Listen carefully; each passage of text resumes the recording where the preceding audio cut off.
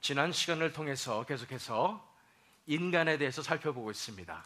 인간이 원래 너무나 아름답게 창조되었다는 것, 하나님의 온전한 예술 작품같이 창조되었다는 것. 그러나 그 인간이 범죄함으로 말미암아 전적으로 타락하게 되었고, 그에 따라서 타락한 본성을 가지고 있는, 죄성을 가지고 있는 인간들의 모습을 우리가 지난 시간까지 살펴보았습니다. 이제는 그 죄성 때문에 인간들이 어떠한 심판을 받을 수밖에 없는지에 대해서 오늘 이 시간 살펴보도록 하겠습니다. 심판이 무엇입니까? 성경적인 심판의 정의가 무엇이냐면요, 첫 번째는 재판입니다. 그래서 예수님께서 다시 오셔서 재림하셔서 마지막 날에 재판을 하실 것입니다. 우리가 guilty인지 not guilty인지 예수님께서 오셔서 재판하신다는 말이에요. 또 그 다음 의미는 무엇이냐면 가르신다는 말입니다. 분리하신다는 말이에요. 의인과 악인을 분리하시는 것이 바로 이 심판의 의미입니다. 세 번째는 유죄 판결이 났다는 말입니다. 이 심판이란 말은 유죄 판결을 받았다는 말입니다. 마지막 네 번째로는 이 심판이라는 말은 그래서 우리가 받는 형벌을 얘기합니다. 그것이 바로 지옥의 형벌입니다. 그래서 이 시간에 우리가 이것을 정말로 우리가 시리어스하게 생각했으면 좋겠어요. 정말로 우리가 우리의 죄성 때문에 이러한 심판을 받아야 되는데, 우리가 인간의 심판이 어떤 심판이며 지옥의 형벌이 과연 무슨 형벌이며, 또한 우리가 이런 지옥의 형벌로부터 어떻게 벗어날 수 있는지에 대해서 인간의 심판이라는 제목을 가지고 저와 여러분이 함께 하나님께서 주시는 말씀을 나누도록 하겠습니다. 십자가 복음 10번째 시간, 오늘은 인간의 심판에 대해서 살펴보고 있습니다. 본문 말씀은 데살로니가 후서 1장 6절에서 9절의 말씀입니다. 이 데살로니가에 있는 성도들에게 사도 바울이 쓰신 편지인데, 이 사람들에게 왜 쓰셨냐면 이 사람들이 많은 박해와 고난과 핍박을 받고 있었습니다. 그래서 이 본문 말씀 바로 전에 있었던 4절 5절 말씀에 보시면 제가 읽겠습니다. 그러므로 너희가 견디고 있는 모든 박해와 환난 중에서 너희 인내와 믿음으로 말미암아 하나님의 여러 교회에서 우리가 친히 자랑하노라. 이는 하나님의 공의로운 심판의 표요 너희로 하여금 하나님의 나라에 합당한 자로 여김을 받게 하려 함이니 그 나라를 위하여 너희가 또한 고난을 받느니라. 이 데살로니가 성도들이 너무나 고난을 받으니까 이 사도 바울이 얘기하시는 거예요. 하나님의 공의로서 너희가 위로를 받을 것이다, 이러면서 말씀하시는 부분이 바로 본문의 말씀입니다. 본 말씀 6절에 보시면은 너희가 지금은 환난을 받고 핍박을 받지만 너희로 환난을 받게 하는 자들에게는 환난으로 갚으시고 너희를 괴롭히는 그 악인들을 하나님께서 벌하실 것이라는 것이 하나님의 공의라는 것입니다. 7절의 말씀에 보면은 환난을 받는 너희에게는 우리와 함께 안식으로 갚으시는 것이 하나님의 공의시니, 하나님의 공의가 두 가지로 나타납니다. 하나는 악인들을 심판하시는 거고요, 의인들에게 축복을 주시고 평안을 주시고 안식을 주시는 것이 바로 하나님의 공의로서 나타나는 것입니다. 그런데 이 본문 말씀을 통해서 우리가 살펴보고자 하는 부분이 바로 그것입니다. 어떻게 그러면 하나님께서 심판하실 것인가? 언제 심판하시는지 보면은요, 7절 하반절 말씀 보면은 주 예수께서 자기의 능력의 천사들과 함께 하늘로부터 불꽃 가운데 나타나실 때에, 예수님께서 다시 오심을 믿으시기 바랍니다. 예수님께서 다시 재림하실 때, 다시 오실 때는 하늘로부터 불꽃 가운데서 나타나셔서 놀라운 심판자의 모습으로 나타나시는데, 8절 말씀을 보면은 하나님을 모르는 자들과 우리 주 예수의 복음에 복종하지 않는 자들에게 형벌을 내리신다고 그랬습니다. 이것이 하나님의 공의입니다. 9절 말씀에 보면 이런 자들은 주의 얼굴과 그의 힘의 영광을 떠나 영원한 멸망의 형벌을 받으리로다 그랬습니다. 인간이 아름답게 창조되었지만 우리의 죄악으로 말미암아 전적으로 타락하게 되었고 더러운 죄성을 갖게 되었는데, 그것으로 말미암아 우리가 영원한 멸망의 형벌을 받게 된다는 것입니다. 먼저 우리가 살펴볼 것이 있습니다. 무엇이냐면 이러한 영원한 멸망의 형벌의 의미, 정확한 의미 세 가지를 먼저 살펴보기 원합니다. 과연 영원한 멸망의 형벌이 어떠한 종류의 형벌일까요? 그 첫 번째는 이것입니다. 바로 이것입니다. 하나님이 없는 세상입니다. 하나님이 없는 세상을 말하는 것입니다.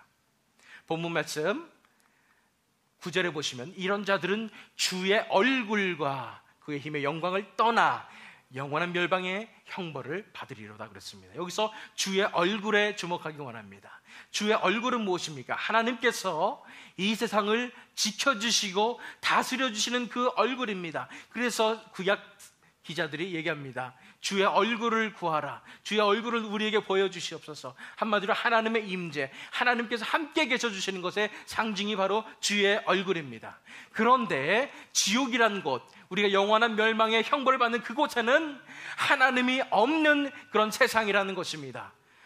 하나님께서 이 세상을 만드셨을 뿐 아니라 이 세상을 다스리고 계시는 분이십니다. 이 세상을 주관하시는 분이실 뿐 아니라 이 세상을 지켜주고 계시는 분이심을 믿으시기 바랍니다. 하나님의 손길이 잠시라도 떠나면은 이 세상이 얼마나 케이오스가 될지 상상을 해보시기 바랍니다. 우리가 숨 쉬는 것, 우리가 햇빛과 공기가 있는 것 다 하나님의 일반적인 은총임을 믿으시기 바랍니다. 만약 하나님의 그 은총이 떠난다면 이 세상은 얼마나 어두운 세상이 될까요? 인간들은 우리 인간의 과학기술의 발전으로 우리가 뭔가를 할 수 있을 거라고 생각을 하지만 대자연의 그런 재앙 앞에 속수무책인 인간을 발견하게 되는 것입니다. 그 대자연의 이 모든 우주의 질서를 다스리시는, 주관하시는 하나님이 없으시다면 우리 인간은 한순간도 살아갈 수가 없는 것임을 믿으시기 바랍니다. 하나님께서 지켜주고 계세요. 우주의 공전과 자전보 이런 거 다 지켜주고 계시기 때문에, 이 모든 물리의 법칙도 다 지켜주고 계시기 때문에 우리 인간이 살아갈 수 있는 것입니다. 그런데 이런 주관자시며 지켜주시는 그 하나님의 손길이 떠났을 때에 이 세상이 어떻게 될지 생각해 보시기 바랍니다. 지옥은, 우리가 영원한 멸망의 형벌을 받는 그곳은 바로 하나님이 없는 세상입니다. 하나님이 없으면 또 뭐가 없냐면요, 의와 사랑이 없습니다. 하나님께서 사랑의 원천이시고 의의 원천이시기 때문에 그곳에서는 도덕이 없고 사랑이 없는 그런 세상이 될 것입니다. 그 지옥이라는 소사이어티를 생각해 보십시오. 누가 왕이겠습니까? 사탄이 왕일 것입니다. 그것에 법이 있습니까? 그렇지 않습니다. 힘센 자가 권력을 차지할 것입니다. 사랑이라고는 없습니다. 도덕이라고는 없습니다. 우리 인간이 스스로 도덕을 지킬 수 있다고요? 인간이 그럴 줄로 생각을 했습니다. 인간 과학기술의 발전으로 유토피아가 이 세상에 태어날 거라고 다들 1900년대 초반에는 생각했습니다. 너무나 급속도로 발전하고 있었거든요. 그때 터진 것이 세계 1, 2차 대전입니다. 원자포탄이 터졌습니다. 그러면서 알게 됐습니다. 아, 인간이 이 세상을 유토피아로 만들 수 있다는 사실은 망상에 불과했구나. 지금 현재라도 어느 나라에서 핵폭탄을 터뜨리면 이 지구가 망하게 되어 있습니다. 그것이 인간의 본성입니다. 하나님이 없는 세상은 그토록 비참한 세상입니다. 우리가 어둠의 정의가 무엇인지 아십니까? 빛이 없는 곳이 어둠입니다. 마찬가지로 지옥의 정의가 이것입니다. 하나님이 없으신 곳이 바로 지옥입니다. 하나님이 떠나시는 그 세상이 바로 지옥이고, 그 세상에서는 우리가 고통과 슬픔과 괴로움만 당할 수밖에 없는 그런 세상임을 우리가 알아야 하는 것입니다. 우리가 받는 영원한 멸망의 형벌의 첫 번째 의미가 바로 그래서 하나님이 없는 그런 세상입니다. 하나님의 지켜주심이 없는 그 세상이에요. 두 번째 의미를 보시기 바랍니다. 두 번째 의미는 이것입니다. 막아주시는 손길을 거두신다는 것입니다. 막아주고 계신 그 손길을 거두시는 것입니다. 뭘로부터 막아주고 계시나요? 우리는 이미 멸망의 길로 들어서 있습니다. 죄악으로 인해서. 그래서 우리 위에 하나님의 진노가 홍수처럼, 엄청난 물탱크처럼 우리 위에 머물러 있습니다. 그것이 쏟아지지 못하도록 하나님께서 사랑으로서 우리를 막아주고 계시는 걸 믿으시기 바랍니다. 지금 그토록 절박한 상황인데 하나님께서 막아주고 계시기 때문에 우리가 한순간 한순간 숨을 쉬며 살 수가 있습니다. 아직도 지옥에 안 떨어지고 살 수 있다는 것입니다. 그런데 하나님께서 때가 되면 그 막아주시던 그 손길을 치우신다는 것입니다. 거두신다는 것입니다. 그러면 그 하나님의 진노가, 그 엄청난 형벌이 우리 속에 쏟아질 수밖에 없습니다. 본문 말씀 9절 말씀에 보면은 이런 자들은 주의 얼굴과 그의 힘의 영광을 떠나 영원한 멸망의 형벌을 받으리로다 그랬습니다. 하나님의 뭐를 떠난다고요? 그의 힘의 영광을 떠난다고 그랬습니다. 우리를 지켜주고 계셨던, 우리를 붙잡아주고 계셨던 그 손길, 우리를 막아주고 계셨던 그 손길이 떠나게 되는 것입니다. 하나님의 은혜가 떠나가게 되는 것입니다. 그 순간에 위에 남아있었던 엄청난 그런 하나님의 진노가 우리 속에 쏟아져 내릴 것입니다. 마치 영화 2012년을 보신 분들은 아시겠지만은 엄청난 쓰나미가 전 세계를 덮듯이 그것보다 더 큰 하나님의 엄청난 그런 진노의 그 형벌이 우리를 덮을 것입니다. 그것이 하나님께서 우리를 막아주고 계셨던 그 손길을 거두실 때 일어나는 일입니다. 지금 우리가 살아있는 것, 이렇게 숨쉬는 것조차도 하나님께서 막아주시고 계시기 때문에, 시간을 연장하고 계시기 때문에 우리가 이렇게 살아갈 수 있는 것입니다. 그런데 그때에는, 우리가 영원한 멸망의 형벌을 받을 때에는 그 막아주셨던 그 손길을 거두심으로 말미암아 우리가 엄청난 하나님의 진노의 형벌을 받게 된다는 것입니다.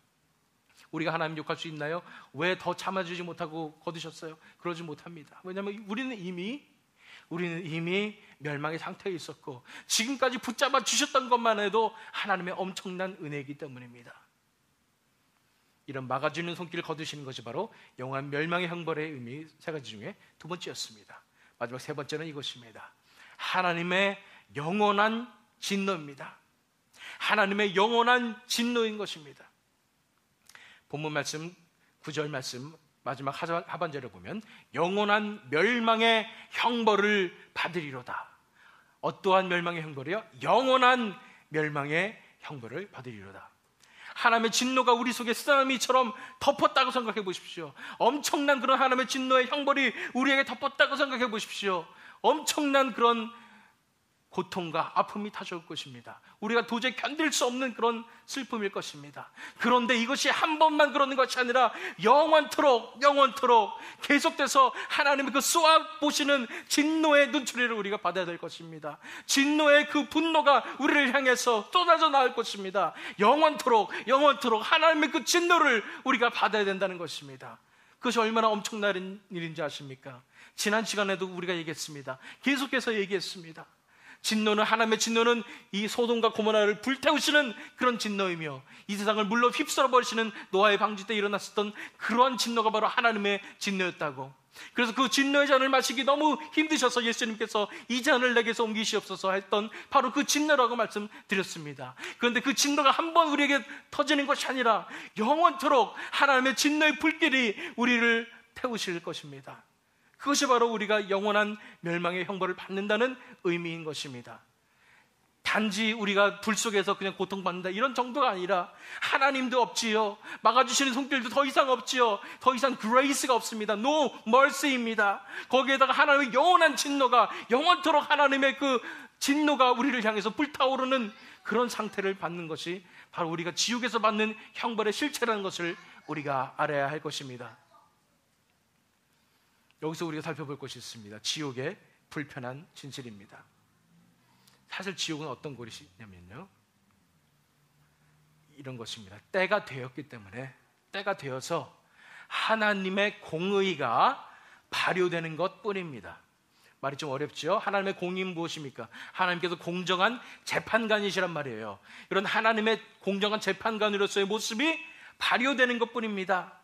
이제 시작되는 것뿐이에요. 때가 됐기 때문에 이제 그것이 시작되는 것뿐입니다. 다시 말해서 우리에게 이미 심판이 임했음을 우리는 알아야 되는 것입니다. 우리에게 이미 유죄 판결이 내려져 있음을 우리가 알아야 되는 것입니다. 우리가 그 형벌을 언제 받는지는 하나님께서 지금 붙잡아주고 계셨기 때문에 미뤄진 것이었습니다. 연기된 것이었습니다. 지옥은 단지 우리가 미리 원래 가 있어야 되는 상황인데, 하나님께서 붙잡아 주셨기 때문에 우리가 아직 안 가고 있었던 것뿐이라는 것입니다.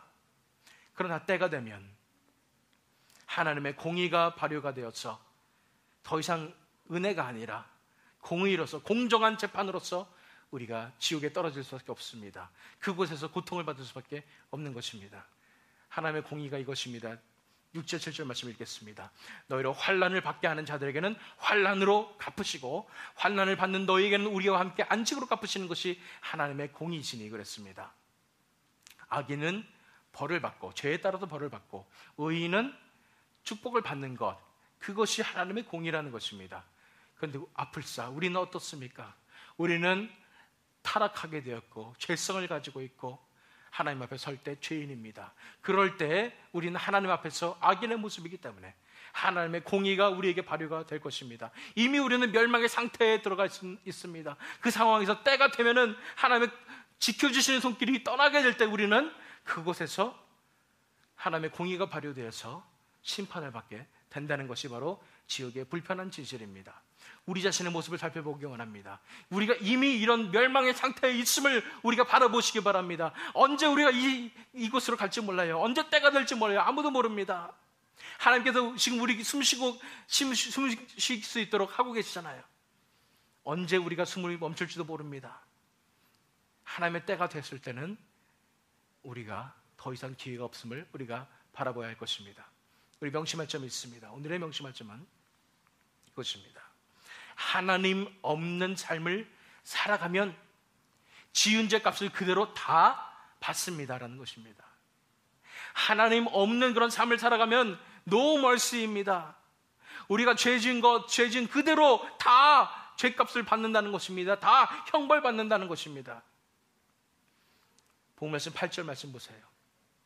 하나님을 모르는 자들과 우리 주 예수의 복음에 복종하지 않는 자들에게 형벌을 내리시리니 그랬습니다.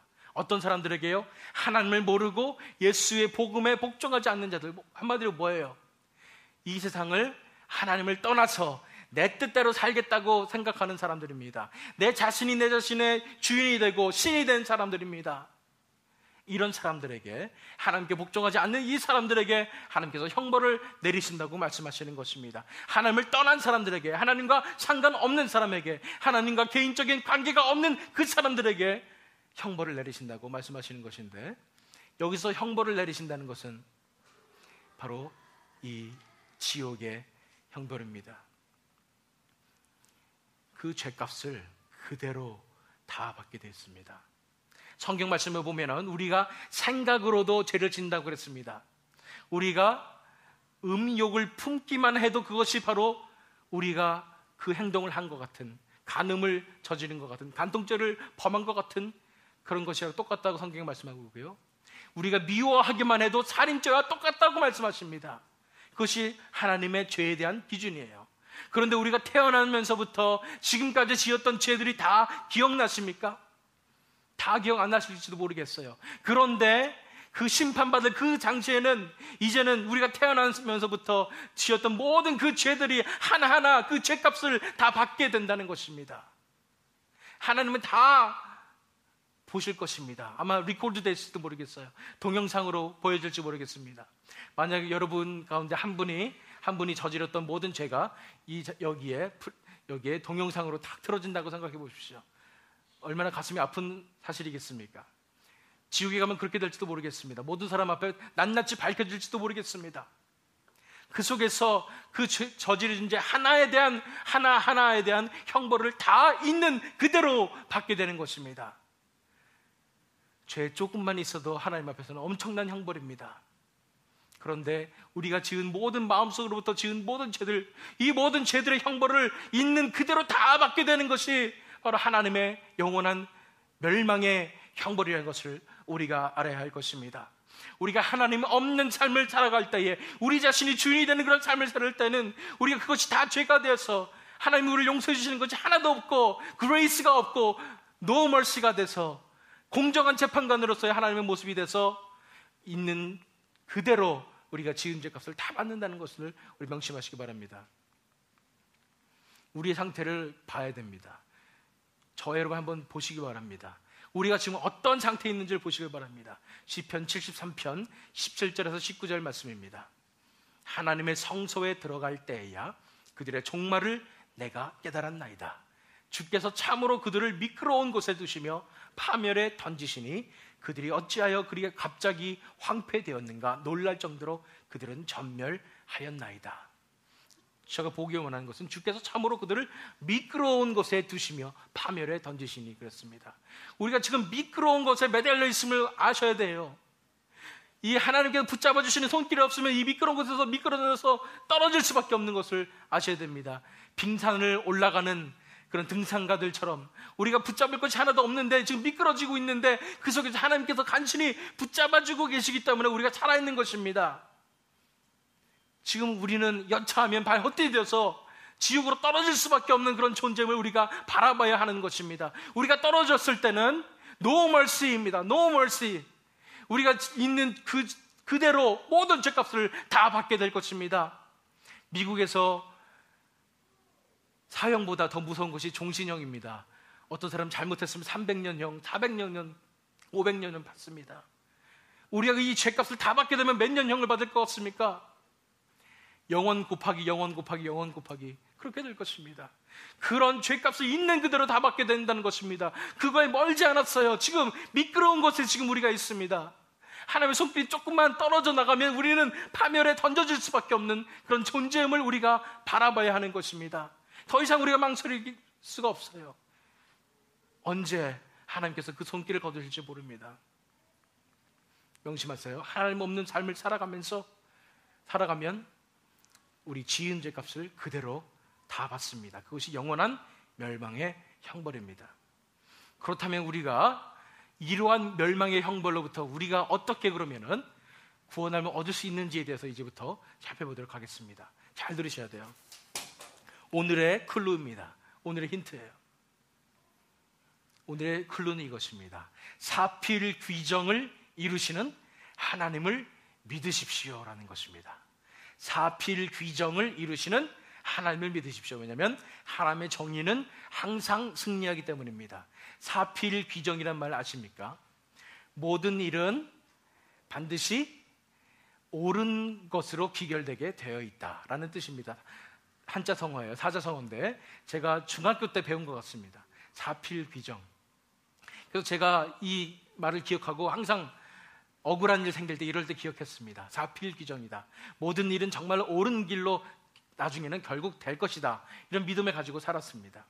그런데 그것을 이루시는 하나님이시라는 것을 알아야 된다는 것입니다. 사실 동양에도 그렇고 서양에도 그렇고 그런 사상이 다 있습니다. 모든 일은 결국은 옳은 일 한 사람이 승리할 것이다라는 그런 믿음이 있다는 것입니다. 그런 믿음이 있는 자체가 바로 저는 하나님께서 살아계신 증거라고 믿습니다. 왜냐면요, 그냥 자연의 법칙대로 놔두면은 힘센 사람이 이기는 것이고 아무리 악해도 그냥 세상의 법칙을 따라간 사람이 이기는 것이지만 분명히 하나님께서 살아계시기 때문에 가만 놔두시는 것이 아니라 의인이 살 수 있도록, 의인이 승리하시도록 하나님이 항상 지켜주시기 때문에 우리가 이런 사필 귀정이라는 말도 생겼을 것이라 라는 생각이 듭니다. 인생의 법칙에 있어서요.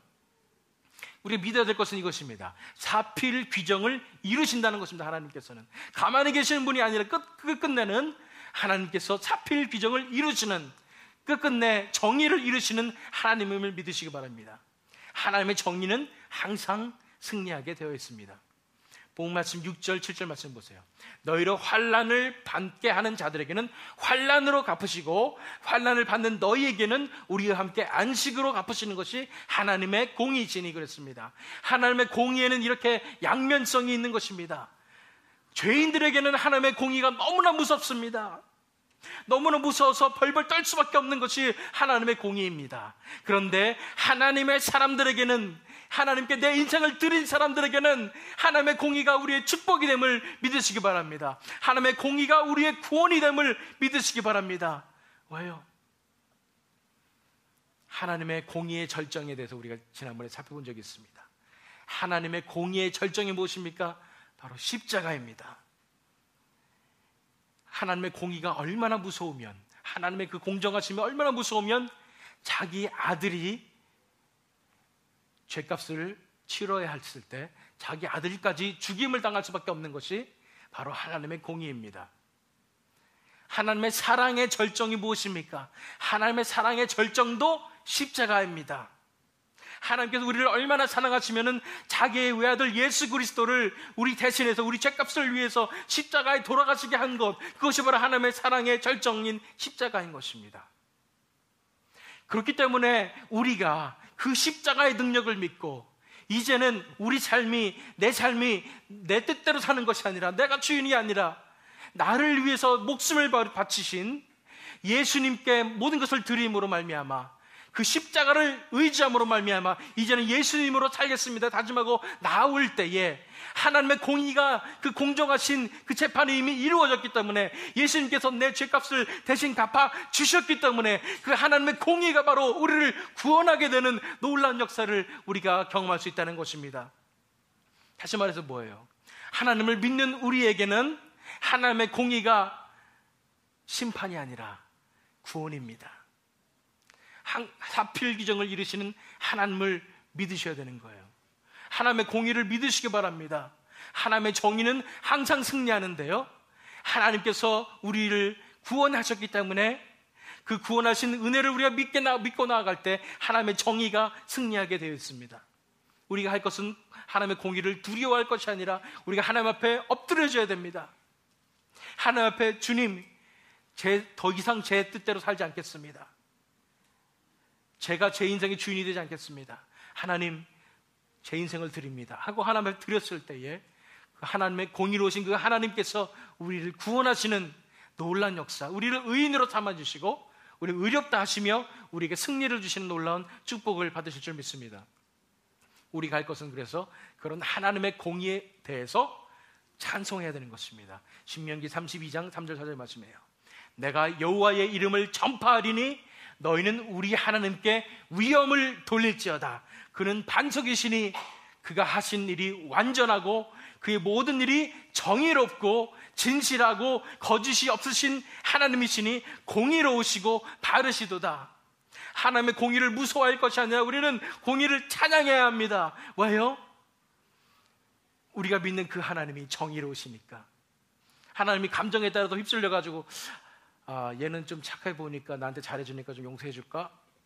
이렇게 용서해주고, 그런 분이 아니시고 하나님께서는 절대적으로 공정하신 재판관이시기 때문에 우리가 찬양 드릴 수 있습니다. 그분께 믿고 그분께 모든 것을 맡겨드릴 수 있습니다. 그래서 우리가 그 공의를 찬양하는 것입니다. 하나님께서 모든 길이 정의롭습니다. 진실하고 거짓이 없으십니다. 하나님을 찬양합니다. 이렇게 우리가 하나님을 찬양하게 된다는 것입니다. 하나님께서는 사필귀정을 이루시는 하나님을 믿으시기 바랍니다. 결국 승리하실 하나님을 믿으시기 바랍니다. 하나님의 정의는 항상 승리합니다. 이것을 오늘의 클루로 삼고 구체적으로 이제 그러면 어떻게 우리가 지옥 심판에서 벗어날 수 있는지에 대해서 살펴보도록 하겠습니다. 어떻게 그러면 우리가 지옥의 심판에서 벗어날 수 있을까요? 그것을 지옥의 심판에서 벗어나는 세 가지 단계라는 것으로 함께 살펴보겠습니다. 지옥의 심판에서 벗어나는 세 가지 단계. 그 첫 번째는 이것입니다. 세상의 가치관과 욕심을 내려놓으십시오. 세상의 가치관과 욕심을 내어놓으시라는 것이에요. 본문 말씀 6절 7절 말씀 다시 보겠습니다. 너희로 환난을 받게 하는 자들에게는 환난으로 갚으시고 환난을 받는 너희에게는 우리와 함께 안식으로 갚으시는 것이 하나님의 공의시니 그랬습니다. 이 세상에는 보이는 세상과 보이지 않는 세상이 있습니다. 보이는 세상을 우리는 세상이라고 얘기합니다. 성경 말씀에서 세상이라고 얘기해요. 보이지 않는 세상을 우리는 하나님의 나라라고 얘기합니다. 천국이라고 얘기해요. 하나님의 나라예요. 그런데 이때 당시에 데살로니가 교회 성도들이 많은 환난을 당하고 있습니다. 왜냐하면 이 사람들은 세상의 가치관을 가지지 않고 세상의 법칙을 따르지 않고, 그렇다고 법을 안 지켰다는 것만 아니지만 세상이 원하는 그대로 따라가지 않았다는 얘기예요. 그 사람들이 따른 것은 하나님 나라의 가치관을 가지고 이 세상을 살았기 때문에 많은 박해와 환난이 있었습니다. 반대로 말해서 이 심판받는 이 사람들은 어떠한 사고방식을 가지고 살아갔냐면 세상에서 말하는 그런 가치관대로 살아갔고, 세상이 추구하는 그런 물질에 대한 욕심, 명예에 대한 욕심, 권력에 대한 욕심을 가지고 따라갔다는 것입니다. 이럴 때에 우리는 지옥의 심판으로 갈 수밖에 없어요. 왜요? 이 세상의 가치관을 주관하고 있는 것, 가치관으로 사람들을 속이고 있는 것이 바로 사탄이기 때문입니다. 사탄은 얘기합니다. 이 세상의 가치관처럼 너희가 자아실현하고 너희가 이 세상에 성공하면 행복한 삶을 살 수 있을 것이야. 네가 돈 많으면 뭐든지 다 할 수가 있고, 네가 권력을 잡으면 모든 것 다 할 수가 있고, 이 세상 모든 것을 다 누릴 수가 있어. 그게 최고의 행복한 삶이야 라고 사람들을 속이고 있습니다. 과연 그럴까요? 그렇지 않습니다. 부자들 저는 만나보지 못했지만 통계적으로 나와 있죠. 그 사람들 행복할 수가 없습니다. 스트레스만 굉장히 더 쌓여 있습니다. 하나님의 나라의 가치관과 세상의 가치관은 다릅니다. 세상의 가치관은 자아를 실현해야 되고 내가 뭔가 열심히 해서 이뤄내야 된다. 이것이 세상의 가치관입니다. 그러나 하나님 나라의 가치관은 내가 죽고 이제 하나님으로 사는 삶, 하나님께서 내 삶을 다스리시며 하나님께서 그 모든 것을 다 하시는 하나님께서 내 삶을 이끌어 주시는 그 삶을 살면서 우리가 그 안에서 평안을 누리는 것이 하나님 나라의 가치관인 것입니다. 그래서 먼저 우리가 해야 될 일은, 지옥의 심판에서 벗어나기 위해서 우리가 먼저 해야 될 일은 바로 세상의 가치관과 욕심을 내려놓아야 하는 것입니다. 하나님 나라와 세상의 가치관이 다르다는 것은 예수님께서 말씀하셨어요. 누가복음 6장 22절과 24절에서 25절 말씀입니다. 인자로 말미암아 사람들이 너희를 미워하며 멀리하고 욕하고 너희 이름을 악하다 하여 버릴 때에 그때는 너에게 복이 있도다. 세상에서 칭송을 받거나 세상에 사람들이 다 잘했다 그러고 너 정말 훌륭한 사람이다 이럴 때 복이 있는 것이 아니라 하나님의 이름으로 말미암아 고통을 받고 박해를 받고 환난을 당할 때 복이 있다고 말씀하시는 것입니다. 정반대입니다. 세상의 가치관과 하나님 나라의 가치관이 정반대예요. 그 뒤에 그러나 화 있을진저 너희 부요한 자여 너희는 너희 위로를 이미 받았도다. 어디서 받았어요? 세상에서 받았어요. 화 있을진저 너희 지금 배부른 자여 너희는 주리리로다. 영원한 하나님의 나라에서는 이 세상에서 세상의 가치관을 따라가면서 배부른 그 사람들이 오히려 굶주리라는 것입니다. 화 있을진저 너희 지금 웃는 자여 너희가 애통하며 울리로다. 이 세상의 가치관을 따라갔을 때, 세상이 말하는 곳으로 따라갔을 때는 하나님 나라에서 우리는 거꾸로 가는 것입니다. 오히려 지옥의 고통을 당하며 애통하며 우는 그런 사람이 된다는 것입니다. 그렇기 때문에 우리가 첫 번째 내려놔야 될 것이 바로 이것입니다. 세상의 가치관과 욕심을 내려놓아야 된다는 것입니다.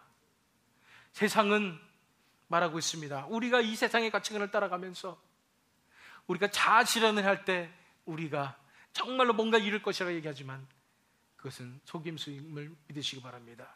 그것이 행복을 가져다 줄 수 없어요. 그것이 구원을 가져다 줄 수 없습니다. 두 번째 단계를 보시기 바랍니다. 첫 번째 단계는 세상의 가치관과 욕심을 내려놓으신 다음에 그 다음에 어떻게 된다고요? 그 비워진 자리에 예수님을 인생의 주인으로 받아들이십시오라는 것입니다. 내가 비워진 그 자리에, 내 욕심이 비워진 그 자리에, 세상이 비워진 그 자리에 하나님의 나라가 들어가고 예수님께서 들어오셔야 된다는 것입니다. 예수님을 인생의 주인으로, 내가 아니라 예수님께서 내 인생의 주인으로 들어오실 때에 우리에게 진정한 구원의 역사가 일어날 줄 믿습니다. 8절 말씀 보세요. 하나님을 모르는 자들과 우리 주 예수의 복음에 복종하지 않는 자들에게 형벌을 내리신다고 그랬습니다. 다시 말하면 하나님을 알면 되고요, 예수 그리스도의 복음에 복종하면 되는 겁니다. 사실 말씀은 뭐예요? 진정으로 하나님과 개인적인 실체적인 그런 관계를 가진 자들에게는 형벌이 아니라 하늘나라의 축복이 임한다는 것입니다. 우리가 예수님을 만날 때에, 예수님으로 살아갈 때에, 예수님이 우리 삶 속에 주인이 되실 때에 우리에게 이러한 축복이 찾아오게 되는 것입니다. 예수님을 그래서 우리 인생의 주인으로 받아들이는 것입니다. 우리가 그렇지 않으면 지옥 가니까 우리 무서워서 받아들여요? 아닙니다. 너무나 사랑해서 그렇습니다. 예수님께서 먼저 자신의 목숨과 자신의 모든 것을 우리를 구원하시기 위해서 바치셨어요. 다 우리에게 주셨어요. 몸을 들이셨어요. 그렇기 때문에 그 예수님으로 말미암아 우리가 이제 구원을 받을 수 있는 자격을 얻었습니다. 이제는 우리가 더 이상 내 뜻대로 살지 않고 태초에 창조함 받은 대로 하나님과의 관계를 누리면서 하나님께 복종하면서 하나님께 순종하면서 이 땅을 정복하고 이 땅에 하나님의 나라를 세우는 그런 역할을 담당하겠다고 우리가 결심하고 이제는 내 모든 것을 다 내려놓고 예수님을 내 인생의 주인으로 받아들이는 것입니다. 예수님께서 내 인생에 들어오실 때에 어떤 일이 벌어집니까? 그 놀라우신 예수님께서 우리의 인생을 이끌어 주십니다. 대신 살아주십니다. 그 속에서 역사해 주십니다. 열매 맺게 하시는 것입니다. 그것이 바로 구원의 삶입니다. 그것이 진정한 크리스천의 삶입니다. 우리 잘 아시는 말씀, 요한복음 15장 4절 말씀이에요. 내 안에 거하라, 나도 너희 안에 거하리라. 가지가 포도나무에 붙어있지 아니하면 스스로 열매를 맺을 수 없음 같이 너희도 내 안에 있지 아니하면 그러하리라. 우리가 이제 사는 삶은 예수님 안에 거하는 삶입니다. 우리가 예수님 안에 거할 때에 예수님도 내 안에 거하게 됩니다. 예수님과 나가 함께 동행하며 함께 동역하는 것, 그래서 많은 열매를 맺게 되는 것, 예수님의 열매가 내 삶을 통해서 맺혀지는 것, 예수님의 인격이 내 삶을 통해서 열매를 통해서 맺혀지는 것, 그것이 진정한 크리스천의 삶인 것입니다. 그래서 어떻게 해요? 우리가 지옥의 심판에서 벗어나는 세 가지 단계가 두 번째가 바로 예수님을 인생의 주인으로 우리가 받아들여야 되는 것입니다. 마지막 세 번째 단계는 이것입니다. 매일의 삶 속에서 하나님의 얼굴을 구하십시오라는 것입니다. 매일의 삶 속에서 하나님의 얼굴을 구하십시오라는 것입니다. 본문 말씀 9절 말씀 보세요. 이런 자들은 주의 얼굴과 그의 힘의 영광을 떠나 영원한 멸망의 형벌을 받으리로다. 우리가 주의 얼굴을 구하는 삶을 살 때에, 우리가 주의 임재를 구하는 그 삶을 살 때에, 우리가 매일매일 하나님과 교제하며 하나님의 임재 가운데 살아가게 될 때에 그 삶이 바로 새 생명의 삶입니다. 옛 생명이 아니라 새 생명으로 살아가는 그 삶입니다. 우리가 매일매일 그 삶을 살아가게 될 때에, 하나님의 생명으로 그 삶을 살아가게 될 때에 매일매일 우리는 구원에 합당한 삶을 살아가게 되고요, 결국은 우리가 영화됩니다. 이제 하느님 나라에 갔을 때 우리의 이 구원이 완성이 되어서 하나님과 얼굴과 얼굴을 맞대는 그런 구원을 경험하게 되는 것입니다. 우리가 어떻게 된다고요? 매일의 삶 속에서 하나님의 얼굴을 구해야 되는 것입니다. 하나님의 얼굴을 구하는 것에 대해서 쉽게 말씀드리면, 어떤 분들이 얘기하세요. 하나님의 얼굴을 구하는 것과 하나님의 손을 구하는 기도의 차이점, 이렇게 얘기합니다. 하나님의 얼굴을 구하는 기도는 뭐냐면은, 아이들이, 우리 갓난아이가 있지만 아이들이 엄마의 얼굴을 찾습니다. 엄마를 찾는 거예요. 엄마를 그리워하는 것입니다. 우리 아이들도 그래요. 엄마를 찾습니다. 아이들이 엄마를 찾듯이 구하는 것, 그것이 바로 하나님의 얼굴을 구하는 것인데, 하나님의 손을 구하는 것은 무엇이냐 그러면, 하나님, 우리 애들 공부 잘해야 되고요, 제가 직장에서 잘리지 않게 해주시고요, 사업 잘 되게 해주시고요, 하나님한테 달라는 것입니다. 우리가 아빠들이 퇴근하고 집에 딱 들어갔을 때 아이들의 손을 쳐다보죠. 뭐 사왔나, 장난감 사왔나 쳐다보는 것처럼 우리가 하나님의 손을 구하는 것이 아니라 뭘 구하신다고요? 하나님의 얼굴을 구하는 것입니다. 하나님의 존재를 구하는 것입니다. 하나님 있는 그분 그대로를, 우리가 그 임재를 구하는 것입니다. 우리 매일의 삶 속에서 하나님의 임재 속에서 살아가며 하나님을 구하며 하나님의 얼굴을 구하는 그 삶을 살 때에 우리가 매일매일 승리하는 삶을 살게 될 줄 믿습니다. 우리가 매일매일 죄에 대해서 승리하며 매일매일 구원의 삶을 이루며 매일매일 하나님 안에서 예배하며 기쁘게 찬양하는 그 삶을 살아가는 것입니다. 그래서 세 번째 마지막 단계가 매일의 삶 속에서 한 번 그냥 예수님을 주인으로 받아들입니다가 아니라 매일매일 삶 속에서 내 자신을 매일매일 죽고 이제 예수님과 함께 살아가겠습니다, 하나님의 얼굴을 구하겠습니다, 사는 그 삶이라는 것입니다. 역대하 7장 14절 말씀 잘 아시는 말씀이에요. 내 이름으로 일컫는 내 백성이 그들의 악한 길에서 떠나 스스로 낮추고 기도하여 내 얼굴을 찾으면 내가 하늘에서 듣고 그들의 죄를 사하고 그들의 땅을 고칠지라. 믿으십니까? 우리가 하나님을 있는 모습 그대로 하나님을 구합니다.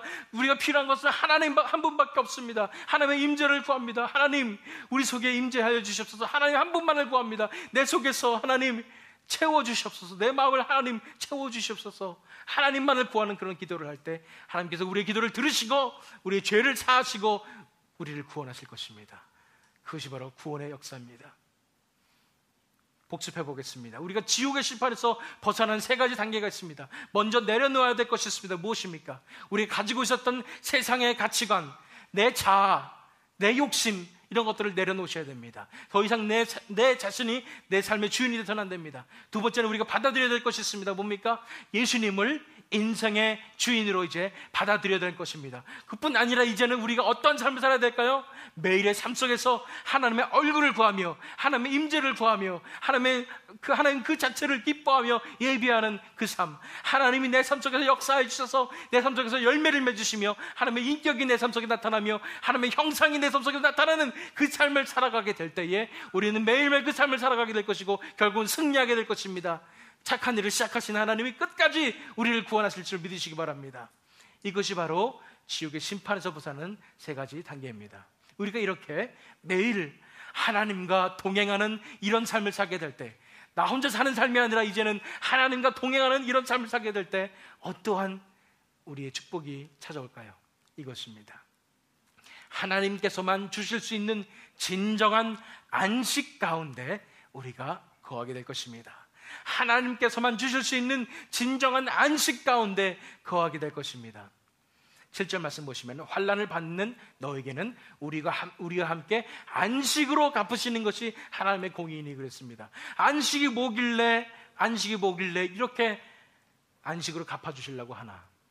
물론 이것은 초대교회 성도들, 특별히 데살로니가 성도들에게, 교회 성도들에게 하신 말씀이에요. 안식이란 말의 원어적인 뜻을 보면은요, 팽팽하던 것이 느슨해지는 것, 이것을 얘기하는 것입니다. 다시 말해서 이들에게 팽팽한 것은 무엇이었습니까? 핍박과 환난이었어요. 너무 고통스러운, 힘든, 견뎌내야 되는 그런 삶이었는데 이것에서 느슨하게, 릴렉스하게 평안을 주시겠다고 말씀하시는 것입니다. 우리에게 적용시키면 어떻습니까? 우리가 우리 스스로 인생을 살 때는 너무나 스트레스 받습니다. 우리는 우리 인생을 잘 살 수 있는 능력이 사실은 별로 없어요. 그런데도 불구하고 우리가 잘 살아보겠다고 아둥바둥 살아가다 보니까 얼마나 스트레스가 많습니까? 꽉 짱겨져 있는 것입니다. 이렇게 해서 스트레스 받다가 돈 열심히 벌어놓고 병 걸려서 세상을 떠나고 이런 경우가 너무 많지 않습니까? 우리가 우리 인생을 살아가다 보려면 이런 어려움이 찾을 수밖에 없습니다. 그런데 그런 우리에게 하나님께서 뭘 주신다고요? 안식을 주십니다. 쨍쨍하게 당겨 있었는데 느슨해졌습니다. 뭐예요? 내가 정말 열심히 살아보려고 했는데 나한테는 남은 것은 스트레스밖에 없었는데 그 스트레스는 하나님이 다 가져가시고 하나님이 대신 내 인생을 이끌어주고 계시기 때문에 나는 이제 편안하게 쉴 수 있는 것입니다. 다시 말해서 내 인생의 운전석에 하나님께서 대신 앉아주고 계시기 때문에 나는 그 옆에서 편안하게 쉴 수 있어요. 왜요? 하나님께서 다 아시기 때문입니다. 나를 만드신 분이시고 이 세상을 만드시고 주관하신 그 분이 내 삶을 이끌어가는데 내가 무슨 걱정을 해요? 하나님께서 가장 올바르고 가장 기쁜 길로, 행복한 길로 인도하실 것을 내가 믿고 편안하게 쉬게 되는 것입니다. 그것이 참 안식임을 믿으시기 바랍니다. 그런 환난을 받는 우리에게 고통받는 우리에게 안식으로 갚으십니다. 그 평안은 경험하지 못하신 분들은 상상할 수 없는 평안입니다. 예수님께서 그래서 이렇게 말씀하셨어요. 요한복음 14장 27절 말씀 보세요. 평안을 너희에게 끼치노니 곧 나의 평안을 너희에게 주노라. 내가 너에게 주는 것은 세상이 주는 것과 같지 아니하니라. 너네 마음에 근심하지도 말고 두려워하지도 말라. 우리가 우리 인생을 하나님께 드릴 때에 우리 인생을 하나님께서 대신 살아주시고 우리는 평안하게 그 속에서 안식하며 평안을 누릴 수 있습니다. 우리가 모든 것을 내려놓고 하나님께 모든 것을 맡길 때에 진정한 평안이 우리에게 찾아올 때 그 평안의 맛을 본 사람들은 도저히 잊을 수 없습니다. 세상이 주는 그런 평안과 다릅니다. 더 이상 우리가 불행하지 않습니다. 가장 행복한 그 삶을 우리가 살게 되는 것입니다. 하나님께서만 주실 수 있는 평안입니다. 우리가 매일매일 하나님과 동행하게 될 때에 우리가 진정으로 하나님께서만 주실 수 있는 진정한 안식 가운데 그 평안 가운데 우리가 거하게 될 것입니다. 우리 자신의 모습을 돌아보기 원합니다. 우리가 이러한 죄악 가운데 있기 때문에 이러한 멸망의 고통을 받아야 되는 상황이 아닌지 우리 자신을 돌아보며 이제는 우리가 다짐하기 원합니다. 우리가 내 세상의 욕심과 세상의 사고방식과 내 자아와 모든 것을 다 내려놓고 이제는 하나님께서 내 인생을 살아주시는 그 십자가의 능력을 의지하여 이제 하나님께서 내 삶을 살아주시는 삶으로 말미암아 하나님께서만 주실 수 있는 진정한 안식을 누리겠다고 다짐하시는 이 시간 되기 원합니다. 만약 아직 이것을 경험하지 못하신 분이라면 이 시간에 하나님 앞에 기도하시기 바랍니다. 내 눈을 열어주시옵소서. 세상은 이렇게 얘기하고 있지만 영적인 진실을 바라볼 수 있는 눈을 바라보게 해주시옵소서. 갖게 해주시옵소서.